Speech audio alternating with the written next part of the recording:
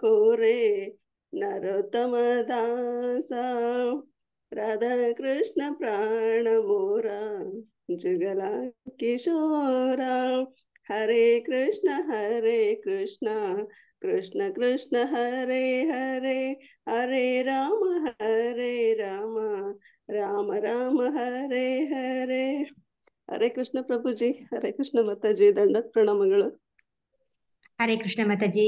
ಶ್ರದ್ಧಾ ಭಕ್ತಿಯಿಂದ ಶೈನಾರ್ಥಿ ಹಾಡಿದ ಪುಷ್ಪಲತಾ ಮಾತಾಜಿಗೆ ಧನ್ಯವಾದಗಳು. ದಂಡೋತ್ ಪ್ರಣಾಮ ಮಾತಾಜಿ. ಹರೇ ಕೃಷ್ಣ. ಹರೇ ಕೃಷ್ಣ. ಈಗ ಶ್ರವಣ ವಿಷಯ.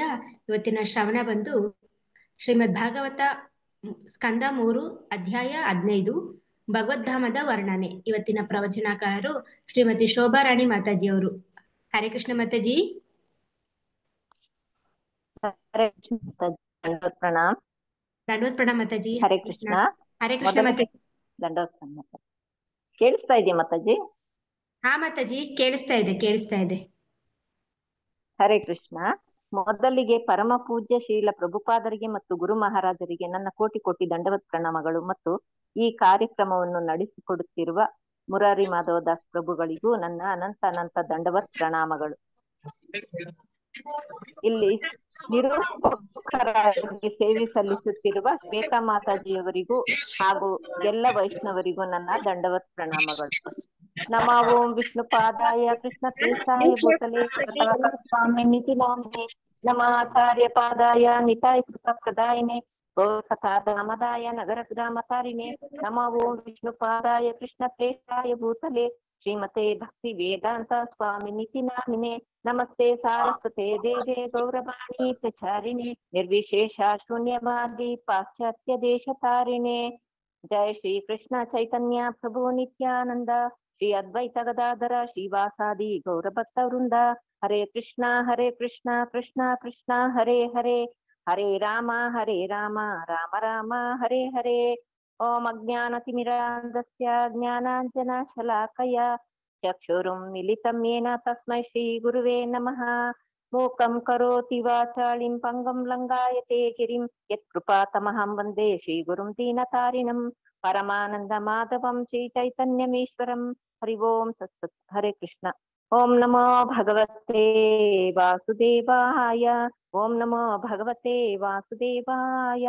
ಓಂ ನಮೋ ಭಗವತೆ ವಾಸುದೇವಾಯ. ನಾರಾಯಣಂ ನಮಸ್ಕೃತ್ಯಂ ನರಂ ಚೈವ ನರೋತ್ತಮಂ ದೇವೀಂ ಸರಸ್ವತಿಂ ವ್ಯಾಸಂ ತತೋ ಜಯೋ ಮುದೀರಯೇ. ನಷ್ಟಪ್ರಾಯೇಷು ಅಭದ್ರೇಷು ನಿತ್ಯಂ ಭಾಗವತ ಸೇವಯ ಭಗವತಿ ಉತ್ತಮ ಶ್ಲೋಕೆ ಭಕ್ತಿ ಭವತಿ ನೈಷ್ಟಿಕಿ. ಕೃಷ್ಣಾಯ ವಾಸುದೇವಾಯ ದೇವಕೀ ನಂದನಾಯ ಚ ನಂದಗೋಪಕುಮಾರಾಯ ಗೋವಿಂದಾಯ ನಮೋ ನಮಃ. ಹರೇ ಕೃಷ್ಣ. ಸ್ಕಂದ 3 ಅಧ್ಯಾಯ 15 ಭಗವದ್ಧಾಮದ ವರ್ಣನೆ. ಶ್ಲೋಕ 1. ಮೈತ್ರೇಯ ಉವಾಚ. ಪ್ರಜಾಪತ್ಯಂ ತು ತತ್ತೇಜಃ ಪರತೇಜೋಹನಂ ದಿತಿಃ ದಧಾರ ವರ್ಷಾಣಿ ಶತಂ ಶಂಕಮಾನಾಸುರಾರ್ಧನಾತ್. ಮೈತ್ರೇಯರು ಹೀಗೆ ಹೇಳ್ತಾರೆ. ನನ್ನ ಪ್ರೀತಿಯ ವಿದುರನೇ, ಕಶ್ಯಪನ ಮಡದಿಯಾದ ದಿತಿಯು ತನ್ನ ಗರ್ಭದೊಳಗಿನ ಪುತ್ರರು ದೇವತೆಗಳ ಪೀಡನೆಗೆ ಕಾರಣವಾಗುವರೆಂದು ತಿಳಿದುಕೊಳ್ಳಬಲ್ಲವಳಾಗಿದ್ದಳು. ಅವಳಿಗೆ ಮೊದಲೇ ಗೊತ್ತಿರುತ್ತೆ ಈ ತರ ದೇವತೆಗಳಿಗೆಲ್ಲ ಕಷ್ಟ ಕೊಡುವಂತ ಮಕ್ಕಳು ಹುಡ್ತಾರೆ ಅನ್ನೋದು ಮೊದಲೇ ಗೊತ್ತಿರುತ್ತೆ ಅವಳಿಗೆ. ಅದಕ್ಕೆ ಅವಳು ಪೀಡಕವಾದಂತ ಕಶ್ಯಪ ಮುನಿಯ ಶಕ್ತಿಶಾಲಿಯಾದ ವೀರ್ಯವನ್ನು 100 ವರ್ಷಗಳವರೆಗೆ ಧರಿಸಿರ್ತಾಳೆ ಅಂತ ಹೇಳ್ತಾರೆ. ಗರ್ಭದಲ್ಲಿ ಅದನ್ನ ಧರಿಸ್ಕೊಂಡಿರ್ತಾಳೆ ಅಂತ ಹೇಳ್ತಾ ಇದ್ದಾರೆ. ದ್ವಿತೀಯ ಗರ್ಭದ ಒತ್ತಡದಿಂದ ಎಲ್ಲಾ ಗ್ರಹಲೋಕದಲ್ಲಿಯೂ ಸೂರ್ಯ ಚಂದ್ರರ ಬೆಳಕು ಕಂದಿ ಹೋಗಿರುತ್ತೆ. ಅಂದ್ರೆ ಅಲ್ಲೆಲ್ಲ ಕತ್ತಲೆ ಆವರಿಸ್ಕೊಂಡಿರುತ್ತೆ. ನಾನಾ ಗ್ರಹ ಲೋಕಗಳ ದೇವತೆಗಳು ಆ ಒತ್ತಡದಿಂದ ಪೀಡಿತರಾಗಿ ಸೃಷ್ಟಿಕರ್ತನಾದ ಬ್ರಹ್ಮನನ್ನು ಕುರಿತು ಏನಿದು ಎಲ್ಲಾ ದಿಕ್ಕುಗಳಲ್ಲಿಯೂ ಕತ್ತಲೆ ವ್ಯಾಪಿಸಿದೆ ಅಂತ ಕೇಳ್ತಾ ಇದ್ದಾರೆ. ಆಮೇಲೆ ಪುಣ್ಯಶಾಲಿಗಳಾದ ದೇವತೆಗಳು ಹೀಗೆ ಹೇಳ್ತಾರೆ. ಎಲೆ ವಿಭುವೆ, ನಿನಗೆ ಚೆನ್ನಾಗಿ ಗೊತ್ತಿರುವ ಮತ್ತು ನಮ್ಮ ವ್ಯಾಕುಲತೆಗೆ ಕಾರಣವಾಗಿರುವ, ಅಂದ್ರೆ ಇಲ್ಲಿ ಕತ್ತಲೆ ಎಲ್ಲ ತುಂಬ್ಕೊಂಡ್ಬಿಟ್ಟಿದೆ, ಈ ಕತ್ತಲೆಗೆ ಕಾರಣ ನೀವು ಗೊತ್ತಿರುತ್ತೆ ಅಂತ ಕೇಳ್ತಾ ಇದ್ದಾರೆ. ಕಾಲದ ಪ್ರಭಾವ ನಿನ್ನನ್ನು ಸ್ಪರ್ಶಿಸೋದಿಲ್ಲ. ಆದ್ರಿಂದ ನಿನ್ನ ಎದುರಿನಲ್ಲಿ ಅವ್ಯಕ್ತವೆನಿಸುವಂಥದ್ದು ಯಾವುದೂ ಇಲ್ಲ. ಇಲ್ಲಿ ಬ್ರಹ್ಮದೇವರನ್ನು ವಿಭು ಅಂತ ದೇವೋತ್ತಮ ಪುರುಷ ಅಂತಾನು ಸಂಬೋಧನೆ ಮಾಡ್ತಾ ಇದ್ದಾರೆ. ಕೆಲವು ದೇವತೆಗಳಿಗೂ ದೇವನಾದವನೇ, ಎಲ್ಲಾ ದೇವತೆಗಳಿಗೂ ದೇವನಾದವನೇ, ಜಗತ್ ರಕ್ಷಕನೇ, ಇತರ ಲೋಕಗಳ ಎಲ್ಲಾ ದೇವತೆಗಳ ಶಿಖಾಮಣಿಯೇ, ನೀನು ಆಧ್ಯಾತ್ಮಿಕ ಮತ್ತು ಭೌತಿಕ ಎಂಬ ಉಭಯ ಜಗತ್ತುಗಳ ಎಲ್ಲ ಜೀವಿಗಳ ಮನೋಭಾವವನ್ನು ತಿಳಿದಿರ್ತೀಯ ಅಂತ ಹೇಳ್ತಾ ಇದ್ದಾರೆ ದೇವತೆಗಳು. ಇಲ್ಲಿ ಶಕ್ತಿಯ ಮತ್ತು ವಿಜ್ಞಾನಾನುಭವದ ಮೂಲ ಆಕರವಾದವನ್ನೇ, ನಿನಗೆ ಸರ್ವ ನಮಸ್ಕಾರಗಳು. ನೀನು ದೇವೋತ್ತಮ ಪರಮ ಪುರುಷನಿಂದ ಬೇರೆ ಮಾಡಲಾದ ರಾಜಸ ಗುಣವನ್ನು ಸ್ವೀಕರಿಸ್ತೀಯ. ಬಹಿರಂಗ ಶಕ್ತಿಯ ನೆರವಿನಿಂದ ನೀನು ಅವ್ಯಕ್ತ ಮೂಲದಿಂದ ಜನಿಸಿದೀಯ. ನಿನಗೆ ಸರ್ವ ನಮಸ್ಕಾರಗಳು ಅಂತ ಅವ್ರಿಗೆ ಪ್ರಾರ್ಥನೆ ಮಾಡ್ತಾ ಇದ್ದಾರೆ. ಇಲ್ಲಿ ಗರ್ಭೋದಕಶಾಹಿ ವಿಷ್ಣುವನ್ನು ಈ ಭೌತ ಜಗತ್ತಿನಲ್ಲಿ ಯಾವನ್ನೂ ಕಂಡಿರುವುದಿಲ್ಲ, ಆದ್ರಿಂದ ಅವನು ಅವ್ಯಕ್ತನಾಗಿರ್ತಾನೆ. ಬ್ರಹ್ಮನು ಅವ್ಯಕ್ತನಿಂದ ಜನಿಸಿದವನೆಂದು ಇಲ್ಲಿ ಹೇಳ್ತಾ ಇದ್ದಾರೆ. ಎಲೆ ಭಗವಂತನೇ, ಈ ಎಲ್ಲಾ ಗ್ರಹ ಲೋಕಗಳು ನಿನ್ನೊಳಗೆ ಇರುತ್ತೆ ಮತ್ತು ಎಲ್ಲಾ ಜೀವಿಗಳು ನಿನ್ನಿಂದ ಉಂಟಾಗಿದೆ. ಆದ್ರಿಂದ ನೀನು ಈ ವಿಶ್ವಕ್ಕೆ ಕಾರಣ. ವಿಚಲಿತನಾಗದೆ ನಿನ್ನನ್ನು ಧ್ಯಾನಿಸುವವನು ಭಕ್ತಿ ಸೇವೆಯನ್ನು ಪಡಿತಾನೆ ಅಂತ ಹೇಳ್ತಾ ಇದ್ದಾರೆ. ಮತ್ತೆ ಶ್ವಾಸೋಚ್ಛ್ವಾಸದ ನಿಯಂತ್ರಣದಿಂದ ಮನಸ್ಸನ್ನು ಇಂದ್ರಿಯಗಳನ್ನು ಹತೋಟಿಯಲ್ಲಿ ಇಟ್ಟುಕೊಂಡವರಿಗೆ ಈ ಭೌತ ಜಗತ್ತಿನಲ್ಲಿ ಸೋಲೆ ಇರೋದಿಲ್ಲ ಅಂತ ಹೇಳ್ತಾ ಇದ್ದಾರೆ. ಆದ್ರಿಂದ ಅನುಭವಿಗಳಾದವರು ಯೋಗದಲ್ಲಿ ಪರಿಪಕ್ವಗೊಳ್ತಾರೆ. ಇದು ಏಕೆಂದ್ರೆ ಅಂತಹ ಯೋಗ ಸಿದ್ಧಿಯಲ್ಲಿ ಅವರು ನಿನ್ನ ಅನುಗ್ರಹವನ್ನು ಪಡೆದಿರ್ತಾರೆ ಅಂತಾನು ಹೇಳ್ತಾ ಇದ್ದಾರೆ. ಎತ್ತು ಮೂಗುದಾರದಿಂದ ನಿರ್ದೇಶನಗೊಳ್ಳುವ ಹಾಗೆ ವಿಶ್ವದೊಳಗಿನ ಎಲ್ಲಾ ಜೀವಿಗಳು ವೇದಾಜ್ಞೆಗಳಿಂದ ನಡೆಸಲ್ಪಡುವರು. ವೈದಿಕ ಸಾಹಿತ್ಯಗಳಲ್ಲಿ ವಿಧಿಸಲಾದ ನಿಯಮಗಳನ್ನು ಯಾವನ್ನು ಉಲ್ಲಂಘಿಸಲಾರನು ಅಂತ ಹೇಳ್ತಾ ಇದ್ದಾರೆ. ವೇದಗಳನ್ನು ನಮಗೆ ಒದಗಿಸಿರುವ ಪ್ರಧಾನ ಪುರುಷನಿಗೆ ನಾವು ನಮ್ಮ ಗೌರವವನ್ನು ಸಲ್ಲಿಸ್ತೀವಿ ಅಂತ ಅವರು ಪ್ರಾರ್ಥನೆ ಮಾಡ್ತಾನೆ ಇದ್ದಾರೆ. ದೇವತೆಗಳು ಬ್ರಹ್ಮನನ್ನು ಹೀಗೆ ಪ್ರಾರ್ಥಿಸ್ತಾರೆ, ನಾವು ನಿರ್ಗತಿಕ ಸ್ಥಿತಿಗೆ ಬಿದ್ದಿದ್ದೀವಿ, ಆದ್ರಿಂದ ನಮ್ಮನ್ನು ದಯಾಪೂರ್ಣವಾಗಿ ನೋಡು. ಕತ್ತಲೆ ಕವಿದಿರೋದ್ರಿಂದ ನಮ್ಮ ಎಲ್ಲಾ ಕೆಲ್ಸನೂ ನಿಂತೋಗಿದೆ ಅಂತ ಕೇಳ್ಕೊಳ್ತಾ ಇದ್ದಾರೆ. ಸೌದೆಯು ಬೆಂಕಿಯನ್ನು ಹಚ್ಚಿಸುವಂತೆ ಕಶ್ಯಪನ ವೀರ್ಯದಿಂದ ದ್ವಿತೀಯ ಗರ್ಭದಲ್ಲಿ ಉಂಟಾದ ಭ್ರೂಣವು ಸಂಪೂರ್ಣವಾಗಿ ವಿಶ್ವದಲ್ಲಿ ಕತ್ಲೆಯನ್ನ ಉಂಟು ಮಾಡಿರುತ್ತೆ. ಬ್ರಹ್ಮನು ದ್ವಿತೀಯ ಕುಕೃತ್ಯಗಳನ್ನು ತಿಳಿಯಬಲ್ಲವನಾಗಿರ್ತಾನೆ. ಬ್ರಹ್ಮದೇವರಿಗೆ ಫಸ್ಟೇ ಇದೆಲ್ಲ ಗೊತ್ತಿರುತ್ತೆ. ಆದ್ರಿಂದ ಅವರು ಈ ಎಲ್ಲಾ ಪರಿಸ್ಥಿತಿ ಬಗ್ಗೆ ಇವರು ದೇವತೆಗಳೆಲ್ಲ ಹೇಳುವಾಗ ನಗ್ತಾ ಇರ್ತಾರೆ. ಅವನು ಅಲ್ಲಿ ಉಪಸ್ಥಿತರಾಗಿದ್ದ ದೇವತೆಗಳಿಗೆ ಅವರು ತಿಳಿದುಕೊಳ್ಳಬಹುದಾದ ಶಬ್ದಗಳಿಂದ ಉತ್ತರ ಕೊಡ್ತಾರೆ. ಬ್ರಹ್ಮದೇವನು ಹೀಗೆ ಹೇಳ್ತಾರೆ, ನನ್ನ ಮನಸ್ಸಿನಿಂದ ಜನಿಸಿದ ಸನಕ, ಸನಾತನ, ಸನಂದನ ಮತ್ತು ಸನತ್ ಕುಮಾರ ಎಂಬ 4 ಪುತ್ರರು ನಿಮಗಿಂತ ಮೊದಲೇ ಹುಟ್ಟಿದವರು.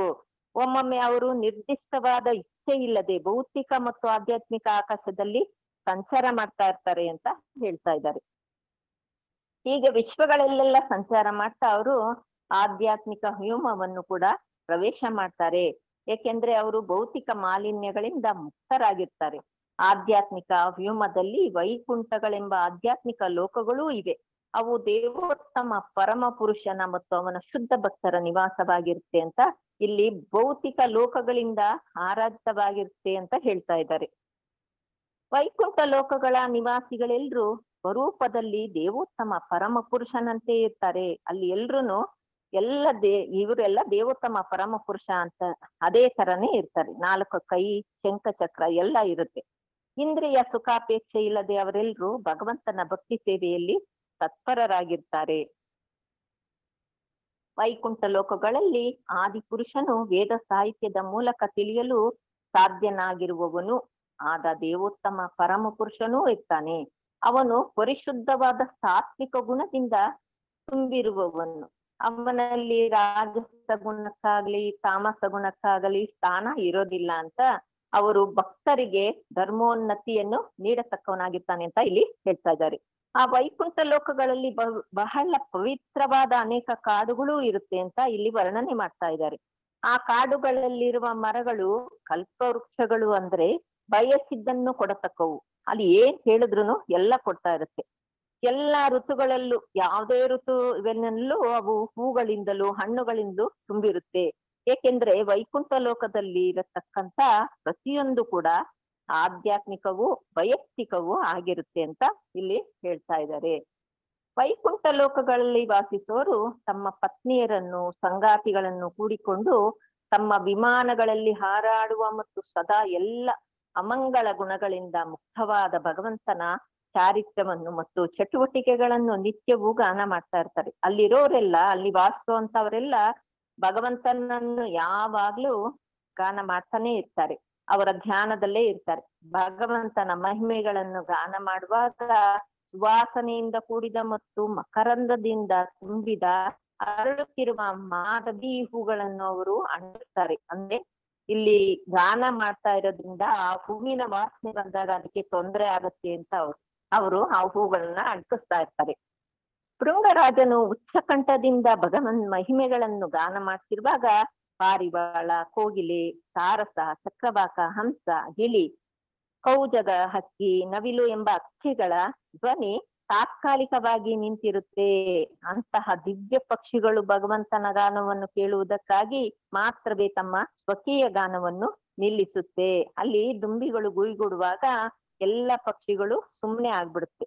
ಅವು ಭಗವಂತನ ಗಾನ ಮಾಡ್ತಾ ಇದೆ ಅಂತ ಹೇಳ್ಕೊಂಡು ಇವು ಸುಮ್ನೆ ಆಗ್ಬಿಡ್ತವೆ ಅಂತ ಹೇಳ್ತಾ ಇದ್ದಾರೆ. ಹೂ ಬಿಡುವ ಸಸ್ಯಗಳಾದ ಮಂದಾರ, ಕುಂದ, ಕುರಬರ, ನೈದಿಲೆ, ಸಂಪಿಗೆ, ಅರ್ಣ, ಪುನ್ನಾಗ, ನಾಗಕೇಸರ, ಬಕುಲ, ತಾವರೆ, ಪಾರಿಜಾತದಂತಹವು ದಿವ್ಯವಾದ ಪರಿಮಳದಿಂದ ತುಂಬಿದ್ದರೂ ಅವು ತುಳಸಿಯು ಮಾಡಿರುವ ತಪಶ್ಚರ್ಯೆಯ ಬಗ್ಗೆ ಇನ್ನು ಪ್ರಜ್ಞೆಯುಳ್ಳವಾಗಿರುತ್ತೆ. ಏಕೆಂದ್ರೆ ಭಗವಂತನು ತುಳಸಿ ಪತ್ರಗಳ ಮಾಲೆಯನ್ನು ಧರಿಸುವವನಾಗಿ ತುಳಸಿಗೆ ವಿಶೇಷ ಮಹತ್ವವನ್ನು ಕೊಟ್ಟಿರ್ತಾರೆ. ತುಳಸಿ ಅಂದ್ರೆ ಭಗವಂತನಿಗೆ ಪ್ರಿಯವಾಗಿರುವಂತವ್ರು. ತುಳಸಿ ಕೃಷ್ಣನ ಭಕ್ತಿ ಆಗಿರ್ತಾರೆ. ಅದರಿಂದ ತುಳಸಿಗೆ ತುಂಬಾ ಮಹತ್ವನ ಕೊಟ್ಟಿರ್ತಾರೆ. ಈಗ ನಾವು ಎಲ್ಲ ಭೋಗವನ್ನು ಮಾಡುವಾಗ ಯಾವುದೇ ಒಂದು ಇದನ್ ಮಾಡ್ಬೇಕಿದ್ರು ತುಳಸಿಯನ್ನ ಅರ್ಪಣೆ ಮಾಡ್ತೀವಿ. ಆ ತರ ತುಳಸಿಗೆ ಇಲ್ಲಿ ತುಂಬಾ ಪ್ರಾಮುಖ್ಯತೆ ಇದೆ. ಇಲ್ಲಿ ತುಳಸಿ ಪತ್ರಗಳ ಮಹತ್ವವು ಸ್ಪಷ್ಟವಾಗಿ ನಿರೂಪಿತವಾಗಿದೆ. ಭಕ್ತಿ ಸೇವೆಯಲ್ಲಿ ತುಳಸಿಯ ಗಿಡಗಳು ಮತ್ತು ಅವುಗಳ ಎಲೆಗಳು ಬಹು ಮುಖ್ಯವಾದವು. ಭಕ್ತರು ಪ್ರತಿನಿತ್ಯನು ತುಳಸಿ ಗಿಡಕ್ಕೆ ನೀರು ಹಾಕ್ತಾ ಇರ್ಬೇಕು ಮತ್ತು ಭಗವಂತನ ಪೂಜೆಗಾಗಿ ತುಳಸಿ ಪತ್ರಗಳನ್ನು ಸಂಗ್ರಹಿಸ್ಬೇಕು ಅಂತ ಇಲ್ಲಿ ಹೇಳಿದ್ದಾರೆ. ವೈಕುಂಠದಲ್ಲಿ ವಾಸಿಸೋರು ವೈಡೂರ್ಯ, ಮರಕತ ಮತ್ತು ಸುವರ್ಣದಿಂದ ರಚಿತವಾದ ತಮ್ಮ ತಮ್ಮ ವಿಮಾನಗಳಲ್ಲಿ ಸಂಚರಿಸ್ತಾ ಇರ್ತಾರೆ. ಅವರು ವಿಶಾಲವಾದ ಕಟಿತಟ ಹಾಗೂ ಮನೋಹರವಾದ ನಗುಮಗದೊಂದಲು ಕೂಡಿದ ಪತ್ನಿಯರ ಸಮೂಹದೊಡನಿದ್ದರು.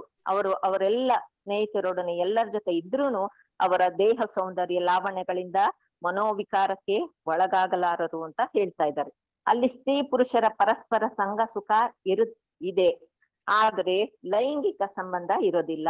ವೈಕುಂಠ ನಿವಾಸಿಗಳಿಗೆ ಮೇಲು ಮಟ್ಟದ ಸಂತೋಷ ಇರುತ್ತೆ, ಆದ್ರಿಂದ ಅವರಿಗೆ ಅಲ್ಲಿ ಲೈಂಗಿಕ ಸಂತೋಷ ಬೇಕಾಗಿರಲ್ಲ ಅಂತ ಹೇಳ್ತಾ ಇದ್ದಾರೆ.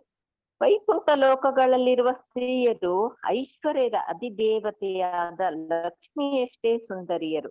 ಅಂತಹ ದಿವ್ಯ ಸೌಂದರ್ಯದ ಸ್ತ್ರೀಯರು ತಮ್ಮ ಕೈಯನ್ನು ತಾವರೆ ಹೂಗಳೊಂದಿಗೆ ಆಟ ಆಡುತ್ತಾ ಕಾಲ್ಬಳೆಗಳು ಕಿಣಿಕಿಣಿ ಶಬ್ದ ಮಾಡ್ತಿರುತ್ತೆ. ದೇವೋತ್ತಮ ಪರಮ ಪುರುಷನ ಅನುಗ್ರಹ ಪಡೆಯೋದಕ್ಕೋಸ್ಕರ ಅವರು ಆತರ ಬರ್ತಾ ಇರ್ತಾರೆ. ಮತ್ತೆ ಅಲ್ಲಲ್ಲಿ ಚಿನ್ನದ ಕರೆಗಳಿಂದ ಅಲಂಕೃತವಾಗಿರುವಂತ ಚಂದ್ರಕಾಂತದ ಗೋಡೆಗಳನ್ನ ಅವರು ಮಾರ್ಜನ ಮಾಡ್ತಾ ಇರ್ತಾರೆ, ಅಂದ್ರೆ ಅದನ್ನ ಶುಚಿ ಮಾಡ್ತಾ ಇರ್ತಾರೆ. ಲಕ್ಷ್ಮಿಯರು ತಮ್ಮ ಸ್ವಂತ ತೋಟಗಳಲ್ಲಿರುವ ದಿವ್ಯವಾದ ಕೆರೆಗಳ ದಡಗಳಲ್ಲಿ ಹವಳ ಹಾಸಿದ ಸ್ಥಳಗಳಲ್ಲಿ ತುಳಸಿ ಪತ್ರಗಳನ್ನು ಸಮರ್ಪಿಸ್ತಾ ಭಗವಂತನನ್ನು ಪೂಜಿಸ್ತಾ ಇರ್ತಾರೆ. ಭಗವಂತನಿಗೆ ಪೂಜೆ ಮಾಡುವಾಗ ಅವರು ತಮ್ಮ ನೀಳವಾದ ಮೂಗುಗಳುಳ್ಳ ಸುಂದರವಾದ ಮುಖಗಳ ಪ್ರತಿಬಿಂಬವನ್ನು ನೀರಿನಲ್ಲಿ ಕಾಣಬಲ್ಲರು. ಅಂದ್ರೆ ಅವರ ಮುಖನ ಅದ್ರಲ್ಲಿ ನೀರಿನಲ್ಲಿ ನೋಡ್ತಾ ಇರ್ತಾರೆ. ಭಗವಂತನವರ ಮುಖವನ್ನು ತಿಂಬಿಸಿದ್ರಿಂದ ಅವರು ಆಗ ಇನ್ನಷ್ಟು ಚೆಲುವೆರಾಗಿ ಕಾಣಿಸ್ತಾರೆ, ಇನ್ನು ಸುಂದರವಾಗಿ ಅವರು ಕಾಣಿಸ್ತಾರೆ ಅಂತ ಇಲ್ಲಿ ಹೇಳ್ತಾ ಇದ್ದಾರೆ. ಅದೃಷ್ಟಹೀನರಾದ ಮನುಷ್ಯರು ವೈಕುಂಠ ಲೋಕಗಳ ವರ್ಣನೆಯನ್ನು ಹೆಚ್ಚಿಸೋದೇ ಇಲ್ಲ, ಆದ್ರೆ ಅವರು ಕೇಳಲು ತಕ್ಕುದಾದಲ್ಲ ಮತ್ತು ಬುದ್ಧಿ ಭ್ರಮಣೆಯನ್ನು ಉಂಟು ಮಾಡುವ ವಿಷಯಗಳಲ್ಲಿ ಮಗ್ನರಾಗಿರ್ತಾರೆ. ಅವ್ರ ಕತೆ ಇವ್ರ ಕತೆ ಹೇಳ್ಕೊಂಡು ಅದ್ರಲ್ಲೇ ಅವರು ಮಗ್ನರಾಗಿರ್ತಾರೆ. ವೈಕುಂಠದ ವಿಷಯಗಳನ್ನು ಬಿಟ್ಟು ಭೌತಿಕ ಜಗತ್ತಿನ ವಿಷಯವಾಗಿ ಮಾತನಾಡುವವರು ಅಜ್ಞಾನದ ಗಾಢಾಂಧಕಾರದ ವಲಯಕ್ಕೆ ಬಿಸಿಡಲ್ಪಡ್ತಾರೆ.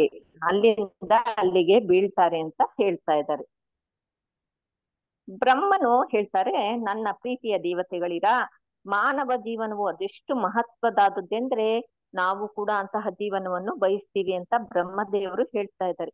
ಏಕೆಂದ್ರೆ ಮಾನವ ರೂಪದಲ್ಲಿದ್ದು ಪರಿಪೂರ್ಣ ಧಾರ್ಮಿಕ ಸತ್ಯನ ಜ್ಞಾನವನ್ನು ಒಬ್ಬನು ಪಡೆಯಲು ಸಾಧ್ಯ ಇರುತ್ತೆ. ಮನುಷ್ಯ ಈ ಜೀವನದಲ್ಲಿ ಇದೆಲ್ಲ ಸಾಧ್ಯ ಇರುತ್ತೆ ಅಂತ ಹೇಳ್ತಾ ಇದ್ದಾರೆ. ಮಾನವ ಜೀವನದಲ್ಲಿ ಇಟ್ಕೊಂಡು ಒಬ್ಬನು ದೇವೋತ್ತಮ ಪರಮ ಪುರುಷನನ್ನು ಅವನ ಧಾಮವನ್ನು ತಿಳಿದುಕೊಳ್ಳದಿದ್ರೆ ಅವನು ಭೌತಿಕ ಪ್ರಕೃತಿಯ ಪ್ರಭಾವದಿಂದ ಬಹಳವಾಗಿ ಬಾಧಿತನಾಗ್ತಾನೆ ಅಂತ ಹೇಳ್ತಾ ಇದ್ದಾರೆ. ಭಗವಂತನ ಮಹಿಮೆಗಳನ್ನು ಶ್ರವಣ ಮಾಡೋದ್ರಿಂದ ಯಾವ ಮಾನವರು ಹರ್ಷೋನ್ಮಾದಗೊಳ್ಳುವರೋ, ರೋಮಾಂಚನಗೊಳ್ತಾರೋ, ಆನಂದ ಬಾಷ್ಪವನ್ನು ಸುರಿಸ್ತಾರೋ ಅಂತವರು ಧ್ಯಾನ ತಪಶ್ಚರ್ಯಗಳ ಕಡೆಗೆ ಲಕ್ಷ್ಯ ಕೊಡದೇ ಇದ್ರು ಭಗವಂತನ ಧಾಮಕ್ಕೆ ತೇರ್ಗಡೆಗೊಳ್ಳುತ್ತಾ ಹೇಳ್ತಾ ಇದೆ. ಭಗವಂತನ ಧಾಮವು ಭೌತಿಕ ಜಗತ್ತುಗಳಿಂದ ಮೇಲ್ಗಡೆ ಇರುತ್ತೆ ಮತ್ತು ಅದನ್ನು ಬ್ರಹ್ಮ ಮತ್ತು ಇತರ ದೇವತೆಗಳು ಇಚ್ಛಿಸುವರು, ಅವರೇ ಇಷ್ಟಪಡ್ತಾರೆ. ಈ ರೀತಿಯಾಗಿ ಆ ಮಹಾಮುನಿಗಳಾದ ಸನಕ, ಸನಂದನ ಮತ್ತು ಸನತ್ ಕುಮಾರ ಎಂಬುವರು ತಮ್ಮ ಯೋಗ ಸಾಧನೆಯ ಬಲದಿಂದ ಮೇಲೆ ಹೇಳಿದ್ದ ಆಧ್ಯಾತ್ಮಿಕ ಜಗತ್ತಿನಲ್ಲಿ ವೈಕುಂಠವನ್ನು ತಲುಪಿದ ನಂತರ ಅವರು ವೈಕುಂಠನ ತಲುಪ್ತಾರೆ. ಆಮೇಲೆ ಅಪೂರ್ವವಾದ ಆನಂದನ ಅನುಭವಿಸ್ತಾರೆ. ಅಲ್ಲಿ ವೈಕುಂಠದ ಅತ್ಯುತ್ತಮ ಭಕ್ತರು ಚಾಲನೆ ಮಾಡತಕ್ಕ ಅತಿಶಯ ಅಲಂಕೃತ ವಿಮಾನಗಳಿಂದ ಆಧ್ಯಾತ್ಮಿಕ ಗಗನವು ಪ್ರಕಾಶಿತವಾದದ್ದನ್ನು ಮತ್ತು ಅವೆಲ್ಲವೂ ದೇವೋತ್ತಮ ಪರಮ ಪುರುಷನ ಆಳ್ವಿಕೆಗೆ ಒಳಪಟ್ಟಿದ್ದನ್ನು ಅವರು ನೋಡ್ತಾರೆ. ಎಲ್ಲ ಅಲ್ಲಿ ದೇವೋತ್ತಮ ಪರಮ ಪುರುಷನದ್ದೇ ಆಗಿರುತ್ತೆ ಅಂತ ನೋಡ್ತಾರೆ. ಭಗವಂತನ ಧಾಮವಾಗಿರುವ ವೈಕುಂಠಪುರಿಯ 6 ದ್ವಾರಗಳನ್ನು ದಾಟಿದ್ಮೇಲೆ ಎಲ್ಲ ಅಲಂಕಾರಗಳನ್ನು ನೋಡಿ ಏನು ಆಶ್ಚರ್ಯ ಪಡದೆ ಅವರು 7ನೇ ದ್ವಾರದಲ್ಲಿ ಒಂದೇ ವಯಸ್ಸಿನಾದ ಇಬ್ಬರನ್ನು ನೋಡ್ತಾರೆ. ಅವರು ಗದೆಗಳನ್ನು ಹಿಡ್ಕೊಂಡಿರ್ತಾರೆ. ಅತ್ಯಂತ ಮೌಲ್ಯವುಳ್ಳ ಆಭರಣಗಳಿಂದಲೂ, ಕರ್ಣಕುಂಡಲಗಳಿಂದಲೂ, ರತ್ನಗಳಿಂದಲೂ, ಕಿರೀಟಗಳಿಂದಲೂ, ವಸ್ತ್ರ ಮೊದಲಾದವುಗಳಿಂದಲೂ ಅಲಂಕೃತರಾಗಿರ್ತಾರೆ. ಅವರು ಅದರಿಂದ ಅಲಂಕಾರ ಮಾಡ್ಕೊಂಡಿರ್ತಾರೆ. ವೈಕುಂಠ ಲೋಕಗಳಲ್ಲಿ ವೃದ್ಧಾಪ್ಯವೆಂಬುದೇ ಇರೋದಿಲ್ಲ. ಆದ್ರಿಂದ ಯಾರು ಯಾರಿಂದ ಹೆಚ್ಚು ವಯಸ್ಸಿನವರೆಂಬುದನ್ನು ಗುರುತಿಸೋದಕ್ಕೆ ಸಾಧ್ಯನೇ ಇರೋದಿಲ್ಲ. ವೈಕುಂಠ ನಿವಾಸಿಗಳು ಶಂಖ, ಚಕ್ರ, ಗದಾ, ಪದ್ಮಗಳು ದೇವೋತ್ತಮ ಪರಮ ಪುರುಷನಾದ ನಾರಾಯಣನಂತೆ ಅಲಂಕೃತರಾಗಿರ್ತಾರೆ. ಅವರೆಲ್ಲ ಪರಮ ಪುರುಷ ನಾರಾಯಣನಂತೆ ಕಾಣ್ತಾ ಇರ್ತಾರೆ. ಆ ಇಬ್ಬರು ದ್ವಾರಪಾಲಕರು ಹೊಸ ಹೂವುಗಳ ಮಾಲೆಗಳನ್ನು ಧರಿಸಿರ್ತಾರೆ. ಅವು ಮತ್ತ ಮಧುಕರಗಳನ್ನು ಆಕರ್ಷಿಸುತ್ತಿರುತ್ತೆ ಮತ್ತು ಅವು ಅವರ ಕೊರಳುಗಳ ಸುತ್ತಲೂ ಮತ್ತು 4 ಶ್ಯಾಮಲ ವರ್ಣದ ಕೈಗಳ ನಡುವೆ ಪಟ್ಟಿರ್ತವೆ. ಅವರ ಬಾಗಿದ ಹುಬ್ಬುಗಳಿಂದ, ಉಸಿರಾಡುತ್ತಿರುವ ಮೂಗಿನ ಹೊಳ್ಳೆಗಳಿಂದ, ಕೆಂಪಾದ ಕಣ್ಣುಗಳಿಂದ ಉದ್ವಿಗ್ನರಾದ ಹಾಗೆ ಅವರು ತುಂಬಾ ಸಿಟ್ಟಿನಲ್ಲಿ ನೋಡ್ತಾ ಇರ್ತಾರೆ ಅಂತ ಹೇಳ್ತಾ ಇದ್ದಾರೆ. ಅವರ ಮಾಲೆಗಳು ದುಂಬಿ ಹಿಂಡುಗಳನ್ನು ಆಕರ್ಷಿಸ್ತಿರುತ್ತೆ. ಏಕೆಂದ್ರೆ ಅವು ಹೊಸ ಹೂಗಳ ಮಾಲೆಗಳಾದ್ರಿಂದ ವೈಕುಂಠ ಲೋಕದಲ್ಲಿ ಪ್ರತಿಯೊಂದು ಬಾಡದೆ ನೂತನ ಮತ್ತು ದಿವ್ಯವಾಗಿರುತ್ತೆ ಅಂತ ಇಲ್ಲಿ ಹೇಳ್ತಾ ಇದ್ದಾರೆ. ಸನಕರೇ ಮುಖ್ಯರಾಗಿರುವ ಮಹಾ ಋಷಿಗಳಿಗೆ ಎಲ್ಲ ಕಡೆಯಲ್ಲಿಯೂ ತೆರೆದ ಬಾಗಿಲುಗಳೇ ಇದ್ದವು. ಅವರಿಗೆ ನಮ್ಮದು ಮತ್ತು ಅವರದು ಎಂಬ ಭೇದ ಭಾವನೆ ಇರೋದಿಲ್ಲ.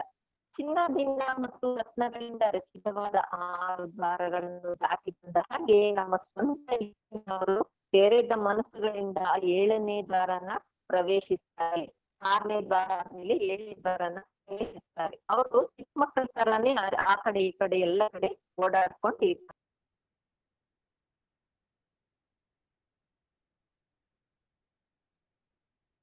ಮಾತಾಜಿ ನೆಟ್ವರ್ಕ್ ಸಿಗ್ತಿಲ್ಲ ಪಾಪ.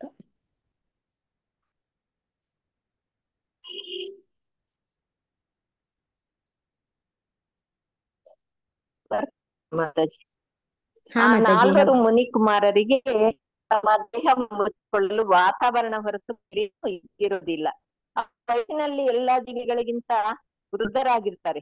ವಯಸ್ಸು ಆಗಿರುತ್ತವರಿಗೆ. ಆದ್ರೆ ಅವರು 5 ವರ್ಷದ ಬಾಲಕರಂತೆ ಕಾಣಿಸ್ತಾ ಇರ್ತಾರೆ ಮತ್ತು ಅವರು ಆತ್ಮ ತತ್ವದರ್ಶಿಗಳಾಗಿರ್ತಾರೆ. ಆದರೆ ಭಗವಂತನಿಗೆ ಸ್ವಲ್ಪನೂ ಪ್ರಿಯವಾದ ನಡತೆಯವರಾದ ಆ ದ್ವಾರಪಾಲಕರು ಆ ಮುನಿಗಳನ್ನು ಕಂಡಾಗ ಆ ಋಷಿಗಳು ಅವರಿಗೆ ಅಂತಹ ವರ್ತನೆಗೆ ಅರ್ಹರಾಗಿದ್ದದಿದ್ರು ಅಂತಹ ಅವರ ಮಹಿಮೆಗಳನ್ನು ಅಲಕ್ಷ್ಯ ಮಾಡ್ತಾ ತಮ್ಮ ಬೆತ್ತಗಳಿಂದ ಅವರ ದಾರಿಯನ್ನು ತಡೀತಾರೆ. ಅವ್ರ ಬೆತ್ತದಿಂದ ಅವರು ಇಟ್ಕೊಂಡಿರುವಂತ ಗದೆಯಿಂದ ಅವ್ರ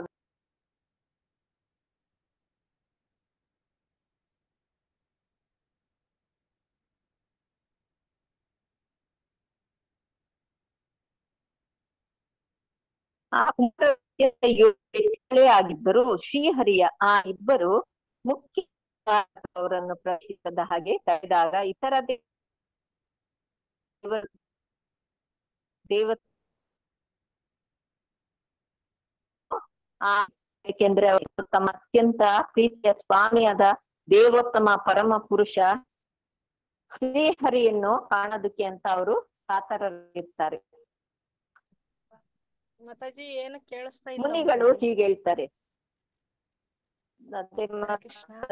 ನೆಟ್ವರ್ಕ್ ಪ್ರಾಬ್ಲಮ್ ಇದೆ. ಕೇಳಿಸ್ತಾ ಇದೆ ಮಾತಾಜಿ? ಮಾತಾಜಿ ಕೇಳಿಸ್ತಾ ಇದೆ, ಸ್ವಲ್ಪ ಕಟ್. ಅದೇ ನೆಟ್ವರ್ಕ್ ಪ್ರಾಬ್ಲಮ್ ಇದೆ ಮಾತಾಜಿ. ಭಗವಂತನ ಸೇವೆಯಲ್ಲಿ ಅತ್ಯುನ್ನತ ಸ್ಥಾನದಲ್ಲಿ ನಿರತರಾಗಿರ್ತಾರೆ. ಭಗವಂತನ ಗುಣಗಳನ್ನೇ ತಮ್ಮಲ್ಲಿ ಹೆಚ್ಚಿಸಿಕೊಳ್ಳೋದು ನಿರೀಕ್ಷಿತವಾಗಿ ಇದ್ರೂ ಕೂಡ ಇಷ್ಟೊಂದು ಅಸಂಗತ ಮನೋಭಾವವನ್ನು ಬೆಳೆಸ್ಕೊಂಡಿರೋದು ಆ ಇಬ್ಬರು ವ್ಯಕ್ತಿಗಳು ಯಾರು, ಆ ಇಬ್ಬರು ವ್ಯಕ್ತಿಗಳು ವೈಕುಂಠದಲ್ಲಿ ವಾಸ ಮಾಡುತ್ತಿರೋದು ಹೇಗೆ ಅಂತ ಇವರಿಗೆ ಆಶ್ಚರ್ಯ ಆಗುತ್ತೆ. ಅಂದ್ರೆ ಇಲ್ಲಿ ಭಗವಂತನ ಇದ್ರಲ್ಲಿ ಆ ತರ ವ್ಯಕ್ತಿಗಳು ಇರೋದಿಲ್ಲ ಅಂತ ಅವರು ಮಾತಾಡ್ಕೊಳ್ತಾ ಇರ್ತಾರೆ. ಅಂತರಿಕ್ಷದಲ್ಲಿ ದೊಡ್ಡ ಹಾಗೂ ಸಣ್ಣ ಪ್ರಮಾಣದ ಆಕಾಶದಲ್ಲಿ ಸಂಪೂರ್ಣ ಸಾಮರಸ್ಯ ಇದೆ. ಹಾಗೆ ವೈಕುಂಠದಲ್ಲಿ ಅಲ್ಲಿಯ ನಿವಾಸಿಗಳ ಮತ್ತು ದೇವೋತ್ತಮ ಪರಮ ಪುರುಷರ ನಡುವೆ ಸಂಪೂರ್ಣ ಸೌಹಾರ್ದ ಇದೆ. ಹೀಗಿರುವಾಗ ಅಂತಹ ಸೌಹಾರ್ದ ಕ್ಷೇತ್ರದಲ್ಲಿ ಭಯದ ಬೀಜವಿಲ್ಲಿರುತ್ತೆ. ಆ ಇಬ್ಬರು ವ್ಯಕ್ತಿಗಳು ವೈಕುಂಠ ನಿವಾಸಿಗಳಾಗಿ ಉಡುಪು ಧರಿಸಿದ್ದಾರೆ, ಆದರೆ ಅವರಿಗೆ ಅಸೌಹಾರ್ದತೆ ಎಲ್ಲಿಂದ ಬಂದಿರಲು ಸಾಧ್ಯ ಅಂತ ಅವರು ಕೇಳ್ಕೊಂಡು ಮಾತಾಡ್ಕೊಳ್ತಾ ಇರ್ತಾರೆ ಆ 4 ಜನ ಕುಮಾರರು. ಆದ್ರಿಂದ ಆ ಇಬ್ಬರು ಕಳಂಕಿತರಾದ ವ್ಯಕ್ತಿಗಳನ್ನು ಹೇಗೆ ದಂಡಿಸ್ಬೇಕು ಅಂತ ಯೋಚನೆ ಮಾಡೋಣ ಅಂತ ಅವರು ಮಾಡ್ತಾರೆ. ದಂಡನೆಯು ಸಮಚಿತ್ತವಾಗಿರ್ಬೇಕು, ಏಕೆಂದ್ರೆ ಅದು ಅವರಿಗೆ ಪರಿಣಾಮತಃ ಉಪಯೋಗಕರವಾಗ್ಬೇಕು ಅಂತ ಅವರು ಯೋಚನೆ ಮಾಡಿ ಅವರು ವೈಕುಂಠದ ಜೀವನದ ಸ್ಥಿತಿಯಲ್ಲಿ ದ್ವಂದ್ವನ ಕಾಣುತ್ತಿರುವುದ್ರಿಂದ ಅವರು ಕಳಂಕಿತಗೊಂಡಿರ್ತಾರೆ. ಅವರನ್ನು ಈ ಸ್ಥಾನದಿಂದ ತೆಗೆದು ಜೀವಿಗಳಿಗೆ 3 ಬಗೆ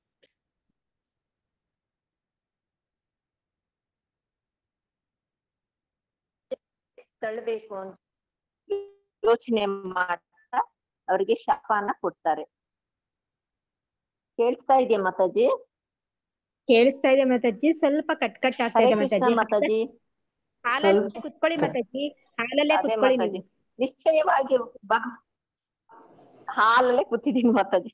ನಿಶ್ಚಯವಾಗಿ ಭಗವತ್ ಭಕ್ತರಾದ ವೈಕುಂಠದ ದ್ವಾರಪಾಲಕರು ತಮಗೆ ಬ್ರಾಹ್ಮಣರಿಂದ ಶಾಪ ಬಂದಿದೆ ಅಂತ ತಿಳ್ಕೊಂಡ್ ಕೂಡ್ಲೆ ಭಯ ಪಟ್ಬಿಡ್ತಾರೆ. ಅವರು ಬಹಳ ವ್ಯಾಕುಲದಿಂದ ಆ ಬ್ರಾಹ್ಮಣರ ಪಾದಗಳಿಗೆ ಏರಿಸ್ತಾರೆ, ಅಂದ್ರೆ ಪಾದಗಳಿಗೆ ಬೀಳ್ತಾರೆ. ಅವರು ದಂಡವತ್ ಹಾಕ್ತಾರೆ. ಏಕೆಂದ್ರೆ ಯಾವ ಬಗೆಯ ಆಯುಧದಿಂದಲೂ ಬ್ರಾಹ್ಮಣರ ಶಾಪನ ಪ್ರತಿಕ್ರಿಯೆ ಮಾಡಿ ತಡೆಯಲು ಸಾಧ್ಯ ಇರೋದಿಲ್ಲ ಅಂತ ಹೇಳಿ ಅವ್ರಿಗೆ ಕ್ಷಮಾಪಣೆ ಕೇಳಕ್ಕೆ ಹೋಗ್ತಾರೆ.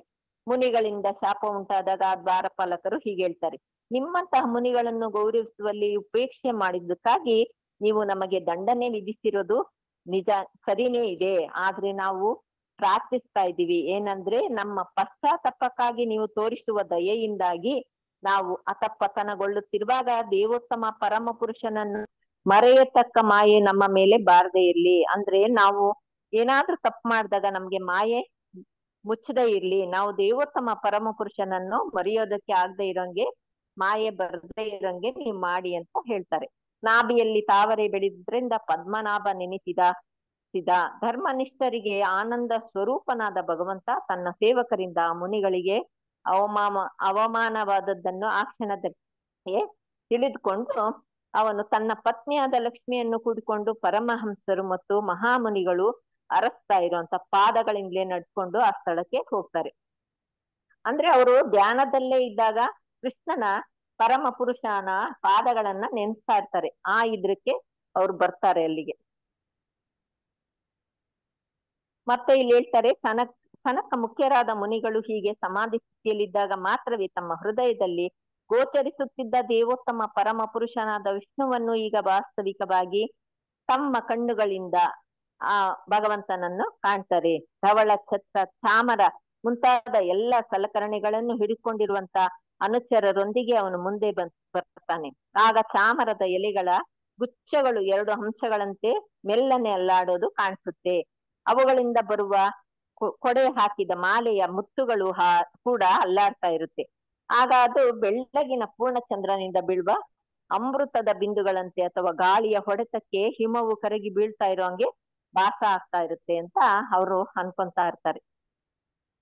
ಭಗವಂತನು ಸರ್ವ ಸಂತೋಷಗಳಿಗೆ ಆಶ್ರಯ ನಿಧಿಯಾಗಿರುತ್ತಾನೆ. ಅವನ ಮಂಗಳ ಸನ್ನಿಧಾನವು ಪ್ರತಿಯೊಬ್ಬನ ಕಲ್ಯಾಣವನ್ನು ಉದ್ದೇಶಿಸಿರುತ್ತೆ. ಅವನ ಪ್ರೇಮದ ನಗೆ ಮತ್ತು ನೋಟವು ಪ್ರತಿಯೊಬ್ಬನ ಹೃದಯಾಂತರಾಳವನ್ನು ಸ್ಪರ್ಶಿಸುತ್ತೆ. ಭಗವಂತನ ಸುಂದರ ಶರೀರದ ಬಣ್ಣ ಶ್ಯಾಮಲವಾಗಿರುತ್ತೆ. ಅವನ ವಿಶಾಲವಾದ ಪುರಸ್ಥಲವು ಲಕ್ಷ್ಮಿಯ ನೆಲೆಯಾಗಿರುತ್ತೆ. ಮತ್ತೆ ಆಕೆಯ ಸ್ವರ್ಗಲೋಕಗಳಿಗೆಲ್ಲ ಶಿಖರ ಪ್ರಾಯವಾದ ಆಧ್ಯಾತ್ಮಿಕ ಲೋಕವನ್ನೆಲ್ಲ ಘನತೆಗೊಳಿಸುವವಳು. ಹೀಗೆ ಭಗವಂತನು ಸ್ವತಃ ತಾನೇ ಆಧ್ಯಾತ್ಮಿಕ ಲೋಕದ ಸೌಂದರ್ಯವನ್ನು ಸೌಭಾಗ್ಯವನ್ನು ಹರಡುತ್ತಿರುವ ಹಾಗೆ ಕಾಣ್ತಾ ಇರುತ್ತೆ ಅಂತ ಇಲ್ಲಿ ಹೇಳ್ತಾ ಇದ್ದಾರೆ. ಭಗವಂತ ವಿಶಾಲವಾದ ಸ್ತಂಭವನ್ನು ಮುಚ್ಚಿದ ಪೀತಾಂಬರದ ಮೇಲೆ ಹೊಳೆಯುವ ಕಟಿಬಂಧದಿಂದ ಅಲಂಕೃತನಾಗಿರ್ತಾನೆ ಮತ್ತು ಅವನು ಹೊಸ ಹೂಗಳ ಮಾಲೆಯನ್ನು ಧರಿಸಿರ್ತಾನೆ. ಆ ಮಾಲೆಯು ಝೇಂಕರಿಸುವ ತುಂಬಿಗಳಿಂದ ವಿಶಿಷ್ಟವಾಗಿ ಇರುತ್ತೆ. ಅವನ ಸುಂದರವಾದ ಮಣಿಕಟ್ಟುಗಳು ಖಡಗಗಳಿಂದ ಶೋಭಿತವಾಗಿರುತ್ತೆ. ಅವನು ತನ್ನ ಒಂದು ಕೈಯನ್ನು ತನ್ನ ವಾಹನವಾದ ಗರುಡನ ಹೆಗಲ ಮೇಲೆ ಇಟ್ಟಿರ್ತಾನೆ, ಇನ್ನೊಂದು ಕೈನ ತಾವರೆಯನ್ನು ಹಿಡಿದು ತಿರುಗಿಸ್ತಾ ಇರ್ತಾನೆ. ಮತ್ತೆ ಮಿಂಚನ್ನು ಮೀರಿಸುವ ಕಾಂತಿಯುಳ್ಳ ಮಕರ ಕುಂಡಗಳ ಸೌಂದರ್ಯವನ್ನು ಹೆಚ್ಚಿಸತಕ್ಕ ಕಪೋಲಗಳಿಂದ ಅವನ ಮುಖವು ಸುಂದರವಾಗಿರುತ್ತೆ. ಅವನ ನಾಸಿಕವು ಎತ್ತರವಾಗಿರುತ್ತೆ ಮತ್ತು ಅವನ ತಲೆ ರತ್ನ ಖಚಿತ ಕಿರೀಟದಿಂದ ಆವೃತವಾಗಿತ್ತು. ಅವನ ರೆಕ್ಕೆಗಳ ನಡುವೆ ಮನೋಹರವಾದ ಹಾರವು ತೂಗಾಡ್ತಿರುತ್ತೆ. ಅವನ ಕಂಠವು ಕೌಸ್ತುಭ ಎಂಬ ಹೆಸರಿನ ರತ್ನದಿಂದ ಅಲಂಕರಿತವಾಗಿರುತ್ತೆ ಅಂತ ಇಲ್ಲಿ ವರ್ಣನೆ ಮಾಡ್ತಾ ಇದ್ದಾರೆ. ನಾರಾಯಣನ ಪರಾಕಾಷ್ಠೆ ಸೌಂದರ್ಯವು ಅವನ ಭಕ್ತರ ಬುದ್ಧಿಮತ್ತೆಯಿಂದ ಅನೇಕ ಪಟ್ಟು ಅಧಿಕವಾಗಿ ಎಷ್ಟೊಂದು ಚೇತೋಹಾರಿಯಾಗಿತ್ತೆಂದ್ರೆ ಅದು ಸೌಂದರ್ಯದಲ್ಲಿ ಲಕ್ಷ್ಮಿಯ ಗರ್ವವನ್ನು ಸೋಲಿಸಿರುತ್ತೆ. ಲಕ್ಷ್ಮಿ ನಾನೇ ತುಂಬಾ ಸೌಂದರ್ಯವತಿ ಅಂತ ಅನ್ಕೊಂಡಿರ್ತಾರಲ್ಲ, ಅದು ಭಗವಂತನನ್ನು ನೋಡಿದ್ಮೇಲೆ ಅವರಿಗೆ ಅದು ಅರಿವಾಗುತ್ತೆ. ನನ್ನ ಪ್ರೀತಿಯ ದೇವತೆಗಳೇ, ಹೀಗೆ ತಾನಾಗಿ ಪ್ರಕಟನಾಗಿರತಕ್ಕ ಭಗವಂತನು ನನ್ನಿಂದ, ಶಿವನಿಂದ ಮತ್ತು ನಿಮ್ಮೆಲ್ಲರಿಂದ ಪೂಜನೀಯನಾಗಿರ್ತಾನೆ. ಆ ಮುನಿಗಳು ತೃಪ್ತಿಗೊಳ್ಳದ ಕಣ್ಣುಗಳಿಂದ ಅವನನ್ನು ನೋಡ್ತಾರೆ ಮತ್ತು ಅವನ ಪಾದ ಕಮಲಗಳಿಗೆ ತಲೆ ಬಾಗಿಸ್ತಾರೆ. ದೇವೋತ್ತಮ ಪುರುಷನ ಕಮಲಗಳಂತಿರುವ ಪಾದಗಳ ಬೆರಳುಗಳಿಂದ ತುಳಸಿ ದಳಗಳ ಪರಿಮಳನ ಹೊತ್ಕೊಂಡು ಮೇಲುಗಾಳಿಯು ಆ ಮುನಿಗಳ ಮೂಗಿನ ಹೊಳ್ಳೆಗಳನ್ನು ಪ್ರವೇಶಿಸಿದಾಗ ಅವರು ನಿರಾಕಾರ ಬ್ರಹ್ಮಜ್ಞಾನಕ್ಕೆ ಆಸಕ್ತರಾಗಿದ್ರು ಶಾರೀರಿಕವಾಗಿ ಮಾನಸಿಕವಾಗಿ ಒಂದು ಮಾರ್ಪಾಡನ್ನು ಅನುಭವಿಸ್ತಾರೆ. ಅವರಿಗೆ ಭಗವಂತನ ಸುಂದರವಾದ ಮುಖವು ನೀಲ ಕಮಲ ಕೋಶದಂತೆ ಕಾಣಿಸ್ತಾ ಇರುತ್ತೆ ಮತ್ತು ಭಗವಂತನ ಮುಗುಳ್ನಗೆ ಅರಳುತ್ತಿರುವ ಮಲ್ಲಿಗೆ ಹೂವಿನ ಹಾಗೆ ಇರುತ್ತಂತೆ. ಭಗವಂತನ ಮುಖನ ಕಂಡಂತರ ಆ ಮುನಿಗಳು ಪೂರ್ಣ ತೃಪ್ತರಾಗ್ತಾರೆ ಅಂತ ಹೇಳ್ತಾ ಇದ್ದಾರೆ. ಪುನಃ ಅವನನ್ನು ನೋಡಲು ಬಯಸಿದಾಗ ಅವರ ಕಮಲದಂತಹ ಪಾದಗಳ ನಖಗಳನ್ನು ನೋಡ್ತಾರೆ. ಅವು ಮಾಣಿಕ್ಯಗಳನ್ನು ಹೋಲ್ತಾ ಇರುತ್ತಂತೆ. ಆ ರೀತಿಯಲ್ಲಿ ಅವರು ಭಗವಂತನ ದಿವ್ಯ ಶರೀರವನ್ನು ಪುನಃ ವೀಕ್ಷಿಸ್ತಾರೆ. ಮತ್ತೆ ಮತ್ತೆ ಅದನ್ನೇ ನೋಡಿ ಮತ್ತು ಕೊನೆಗೆ ಭಗವಂತನ ವ್ಯಕ್ತಿ ಲಕ್ಷಣದಲ್ಲಿ ಧ್ಯಾನ ಮಗ್ನರಾಗ್ತಾರೆ. ಯೋಗ ಮಾರ್ಗವನ್ನು ಅನುಸರಿಸುವವರು ಧ್ಯಾನ ಮಾಡತಕ್ಕ ಭಗವಂತನ ಸ್ವರೂಪವಿದು ಮತ್ತು ಇದು ಯೋಗಿಗಳಿಗೆ ಧ್ಯಾನದಲ್ಲಿ ಆನಂದಕರವೂ ಆಗಿರುತ್ತೆ. ಮಹಾಯೋಗಿಗಳಿಂದ ರುಜುವಾತಾಗಿರುವಂತೆ ಇದು ಕಾಲ್ಪನಿಕವಲ್ಲ, ವಾಸ್ತವಿಕವಾದದ್ದು, ಅಂದ್ರೆ ನಿಜವಾಗಿರುವಂತದ್ದು. ಭಗವಂತನು ಅಷ್ಟಭೋಗ ಭರಿತನಾಗಿರ್ತಾನೆ, ಆದರೆ ಇತರರಿಗೆ ಪರಿಪೂರ್ಣ ಸಮರ್ಪಕವಾಗಿ ಆ ಮಹತ್ ಕಾರ್ಯಗಳು ಸಾಧ್ಯ ಆಗೋದಿಲ್ಲ ಅಂತ ಹೇಳ್ತಾ ಇದ್ದಾರೆ.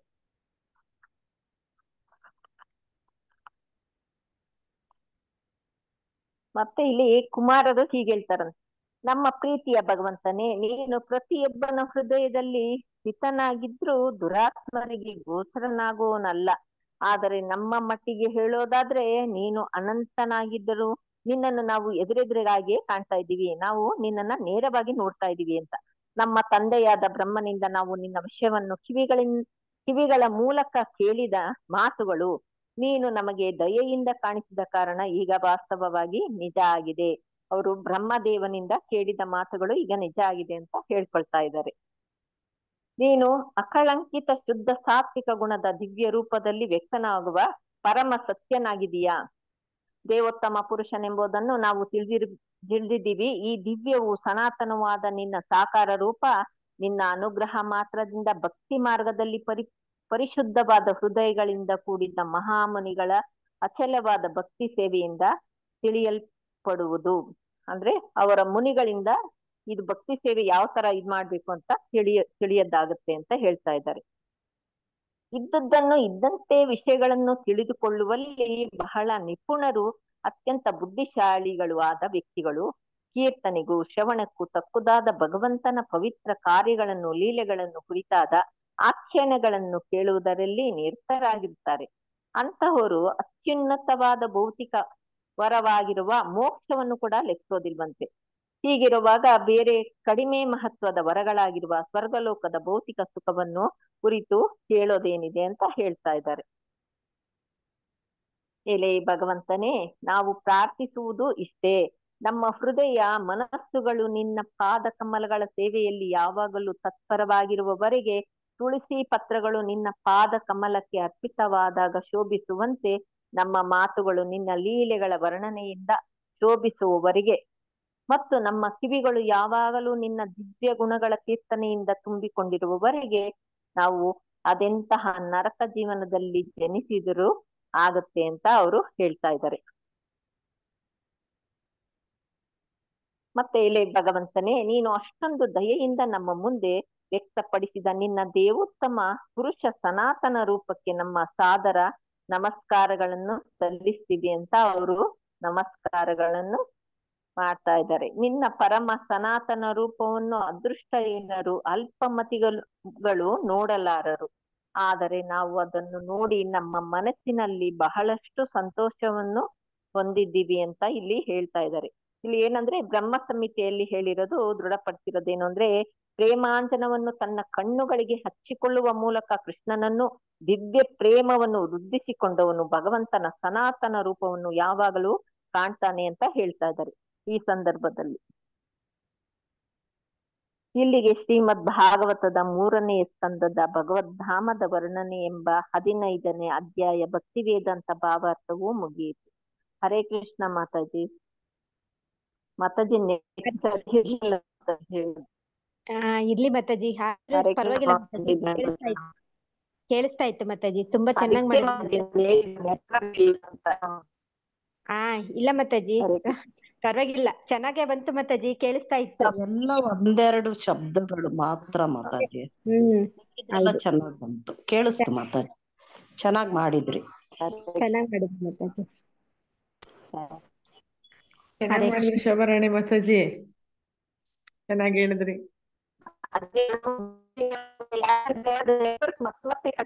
ಸೌಂಡ್ ಅದೇ ಮಾತಾಜಿ, ನೆಟ್ವರ್ಕ್ ಪ್ರಾಬ್ಲಮ್ ಮಾತಾಜಿ, ಅವ್ರದ್ದು ಪ್ರಾಬ್ಲಮ್ ಆಗ್ತಾ ಇದೆ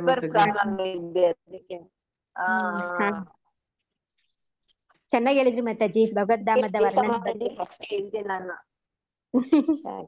ಮಾತಾಜಿ, ಎಲ್ಲರಿಗೂ ಅವಕಾಶ ಇರುತ್ತೆ ಮಾತಾಜಿ, ಸಿಕ್ಕಿದೆ, ಪರವಾಗಿಲ್ಲ ಮಾತಾಜಿ. ಕಟ್ ಆದ್ರೂ ಚೆನ್ನಾಗಿ ಹೇಳಿದ್ರಿ ಮಾತಾಜಿ. ಸ್ವಲ್ಪನೇ ಆಗಿದ್ದು, ಜಾಸ್ತಿನೇ ಆಗಿಲ್ಲ ಮಾತಾಜಿ. ಈಗ ಕೊನೆಯಲ್ಲಿ ಮಾತಾಜಿ, ಕೊನೆ ಚೆನ್ನಾಗಿ ಹೇಳಿದ್ರಿ ಮಾತಾಜಿ. ತುಂಬಾ ತುಂಬಾ ಧನ್ಯವಾದಗಳು ಮಾತಾಜಿ. ಹರೇ ಕೃಷ್ಣ. ಕೃಷ್ಣ ಮಾತಾಜಿ.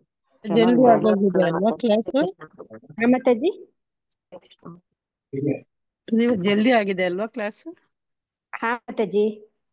ನಂಗೆ ಭಕ್ತಿ ಶಾಸ್ತ್ರ ಇತ್ತು, ಇವಾಗ ಮುಗೀತು, ಅದಕ್ಕೆ ಇವಾಗ ಜಾಯಿನ್ ಆದೆ ನಾನು. ಅದು ನೆಟ್ವರ್ಕ್ ಇಶ್ಯೂ ಇತ್ತು ಮಾತಾಜಿ, ಅದಕ್ಕೆ ಪಾಪ ಅವ್ರಿಗೆ ಸೌಂಡ್ ಇದಾಗ್ತಾ ಇಲ್ಲ ಅಂತ ಬೇಗ ಮುಗಿಸಿದ್ರು ಮಾತಾಜಿ. ಸೌಂಡ್ ಕಟ್ ಆಗ್ತಾ ಇದೆ ಪಾಪ, ಅದಕ್ಕೆ ಆದ್ರೂ ಚೆನ್ನಾಗಿ ಮಾಡಿದ್ರಿ ಮಾತಾಜಿ. ಶೋಭಾರಾಣಿ ಮಾತಾಜಿ ತುಂಬಾ ಚೆನ್ನಾಗಿ ಮಾಡಿದ್ರಿ.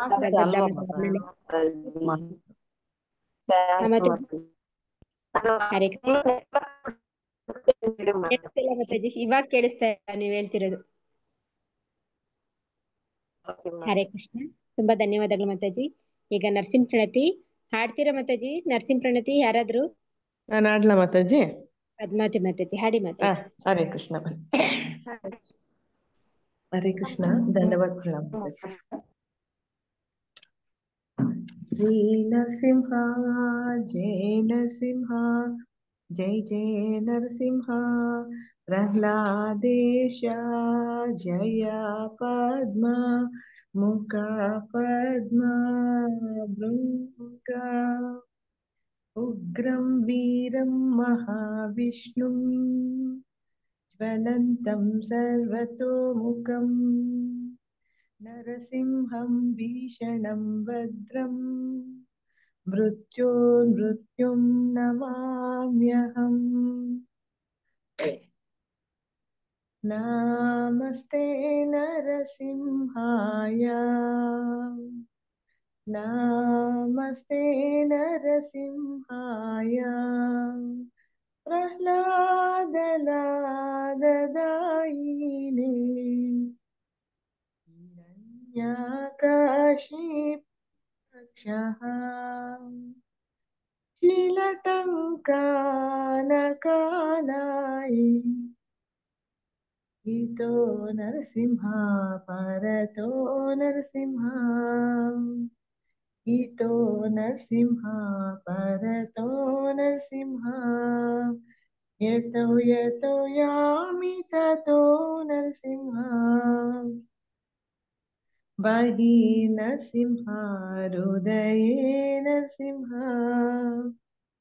नरसिंहमदिं शरणं प्रपदे तव करकमलवरेणाकाम् अद्भुतशृङ्गां दलिता हिरण्यकशिपु तनुभृङ्गां केशवधृता नरहरिरूपा जय जगदीश हरे जय जगदीश हरे जय जगदीश हरे जय नरसिंहदेव जय नरसिंहदेव जय विघ्न विनाशक जय नरसिंहदेव जय प्रह्लाद महाराज प्रह्लाद महाराज प्रह्लाद महाराज जय प्रह्लाद महाराज जय जय प्रभुपाद प्रभुपाद प्रभुपाद जय जय प्रभुपाद जय गुरुदेव गुरुदेव गुरुदेव जय जय गुरुदेव निताय गौर हरि बोल हरि बोल हरि बोल निताय गौर हरि बोल। ಹರೇ ಕೃಷ್ಣ ಮಾತಾಜಿ ದಂಡವತ್ ಪ್ರಣಾಮ ಮಾತಾಜಿ ಧನ್ಯವಾದಗಳು ಮಾತಾಜಿ ಅವಕಾಶಕ್ಕೆ ಹರೇ ಕೃಷ್ಣ ಮಾತಾಜಿ ಶ್ರದ್ಧಾ ಭಕ್ತಿಯಿಂದ ನರಸಿಂಹ ಪ್ರಣತಿ ಹಾಡಿದ ಪದ್ಮಾವತಿ ಮಾತಾಜಿಗೆ ಧನ್ಯವಾದಗಳು ದಂಡವತ್ ಪ್ರಣಾಮ ಮಾತಾಜಿ ಹರೇ ಕೃಷ್ಣ ಹರೇ ಕೃಷ್ಣ ಈಗ ಮಲಗು ಮುನ್ನ ಮಾಧವನೇನೆ ಆನ್ಲೈನ್ ಕಾರ್ಯಕ್ರಮವನ್ನು ಮುಕ್ತಾಯ ಮಾಡೋಣ ಕಾರ್ಯಕ್ರಮದಲ್ಲಿ ಭಾಗವಹಿಸಿದ ಎಲ್ಲಾ ವೈಷ್ಣವ ಭಕ್ತರಿಗೂ ಧನ್ಯವಾದಗಳು ದಂಡವತ್ ಪ್ರಣಾಮ ವಾಂಛಾಕಲ್ಪತರುಭ್ಯಶ್ಚ ಕೃಪಾ ಸಿಂಧು ಭವ್ಯವಚ ಪತಿತಾನಾಂ ಪಾವನೇಭ್ಯಃ ವೈಷ್ಣವೇಭ್ಯೋ ನಮೋ ನಮಃ अनंत कोटि वैष्णव की जय श्रील प्रभुपाद की जय गुरु महाराज की जय हरे कृष्ण प्रभु जी हरे कृष्ण माताजी ಧನ್ಯವಾದಗಳು ದಂಡವತ್ ಪ್ರಣಾಮಗಳು ಹರೇ ಕೃಷ್ಣ ಹರೇ ಕೃಷ್ಣ ಪ್ರಭುಜಿ ಹರೇ ಕೃಷ್ಣ ಮಾತಾಜಿ ಧನ್ಯವಾದಗಳು ದಂಡವತ್ ಪ್ರಣಾಮ ಹರೇ ಕೃಷ್ಣ ಮಾತಾಜಿ ಹರೇ ಕೃಷ್ಣ ಮಾತಾಜಿ ದಂಡವತ್ ಪ್ರಣಾಮ ಹರೇ ಕೃಷ್ಣ ಮಾತಾಜಿ ದಂಡವತ್ ಪ್ರಣಾಮ ಹರೇ ಕೃಷ್ಣ ಮಾತಾಜಿ ದಂಡವತ್ ಪ್ರಣಾಮ ಮಾತಾಜಿ ಹರೇ ಕೃಷ್ಣ ಮಾತಾಜಿ ದಂಡವತ್ ಪ್ರಣಾಮ ಹರೇ ಕೃಷ್ಣ ಪ್ರಭುಜಿ ದಂಡವತ್ ಹರೇ ಕೃಷ್ಣ ಮಾತಾಜಿ ಹರೇ ಕೃಷ್ಣ ಪುಷ್ಪಲತಾ ಮಾತಾಜಿಗೆ ಹುಷಾರಿಲ್ಲ ಮಾತಾಜಿ ಎಲ್ಲರೂ ಅನ್ಮ್ಯೂಟ್ ಮಾಡ್ಕೊಂಡು 3 ಸತಿ ಹರೇ ಕೃಷ್ಣ ಮಾಮಂತ್ರ ಹೇಳಿ ಮಾತಾಜಿ ಹರೇ ಕೃಷ್ಣ ಹರೇ ಕೃಷ್ಣ ಹರೇ ಕೃಷ್ಣ ಹರೇ ಕೃಷ್ಣ ಕೃಷ್ಣ ಹರೇ ಹರೇ ಹರೇ ರಾಮ ರಾಮ ರಾಮ ಹರೇ ಹರೇ ಹರೇ ಕೃಷ್ಣ ಕೃಷ್ಣ ಕೃಷ್ಣ ಹರೇ ಹರೇ ಹರೇ ರಾಮ ರಾಮ ಹರೇ ಹರೇ ಹರೇ ಕೃಷ್ಣ ಕೃಷ್ಣ ಕೃಷ್ಣ ಹರೇ ಹರೇ ಹರೇ ರಾಮ ಹರೇ ರಾಮ ರಾಮ ರಾಮ ಹರೇ ಹರೇ ರಾಮ ರಾಮ ಹರೇ ಹರೇ ಹರೇ ಕೃಷ್ಣ ಮಾತಾಜಿ ಎಲ್ಲರಿಗೂ ಧನ್ಯವಾದಗಳು ಮಾತಾಜಿ ಹರೇ ಕೃಷ್ಣ ಹರೇ ಕೃಷ್ಣ ಮಾತಾಜಿ ಹರೇ ಕೃಷ್ಣ ಮಾತಾಜಿ ಪ್ರಣಾಮ್ ಮಾತಾಜಿ प्रणाम माताजी, हरे कृष्णा। प्रणाम माताजी, हरे कृष्णा। प्रभुपाद